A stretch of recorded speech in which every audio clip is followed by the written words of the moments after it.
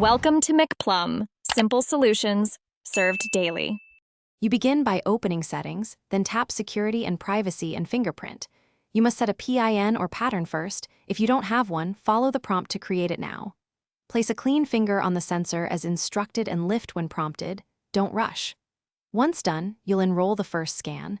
The phone guides you through edge and center presses so the sensor learns the full print. Make sure ambient light and your finger are dry for accurate captures. Continue by adding more scans to improve reliability. Tap Add Fingerprint and follow the step-by-step prompts to capture different angles of the same finger. You should label each entry, right thumb or left index, so you can manage them later. Add at least 2 fingerprints or 1 backup from another finger to avoid lockouts. Once the phone confirms enrollment, test unlocking the device a few times. If reads fail, re-enroll that finger with firm. Finish by enabling the fingerprint options you want. Unlock screen, payments, and app lock inside the fingerprint settings. You should test each feature immediately to verify permissions and behavior. If the sensor becomes unreliable, delete the problematic fingerprint and re-register it carefully. This often fixes recognition rates.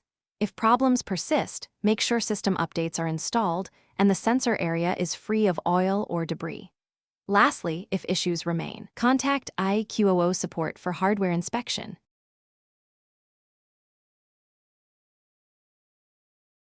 Thanks for watching. Stay juicy and subscribe.